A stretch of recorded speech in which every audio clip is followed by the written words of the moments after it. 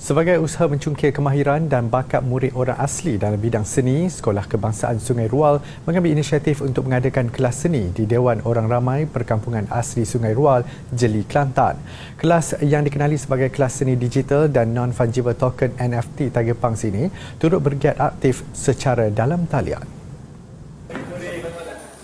Selain merangsang perkembangan minda murid, kelas seni digital juga bertujuan mewujudkan suasana belajar yang menyeronokkan melalui penghasilan karya digital dengan menggunakan teknologi terkini.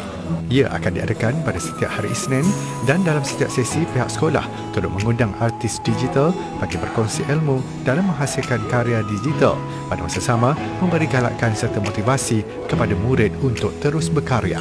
Walau bagaimanapun menurut penyelarasnya Cikgu Zul Faizuddin Usman, cuaca yang tidak menentu merupakan antara kekangan yang dihadapi demi merealisasikan kelas tersebut.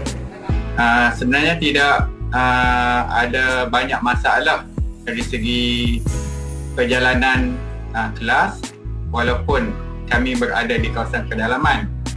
Cuma pada masa tertentu apabila ada sesi dengan pelukis jemputan yang mana di dalam sesi ini kami adakan secara Google Meet.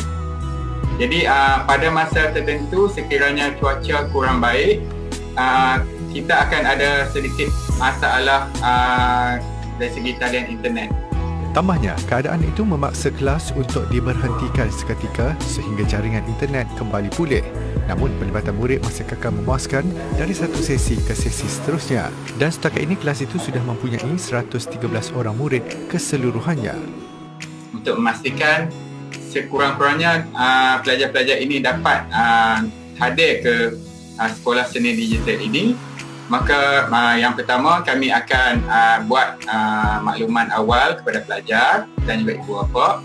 Dan yang kedua, pada hari kelas kami sekali lagi akan turun daripada sebuah rumah ke sebuah rumah untuk memanggil pelajar-pelajar ini. Jadi apabila cukup sekurang-kurangnya 21 orang pelajar, barulah kami mulakan sesi pembelajaran. Pihak sekolah turut berharap usaha itu dapat melahirkan sekurang-kurangnya seorang artis digital yang terkenal dalam kalangan murid orang asli. Sehingga kini hasil karya seni digital mereka yang dimuat naik di pasaran NFT mendapat sambutan yang baik serta laris terjual.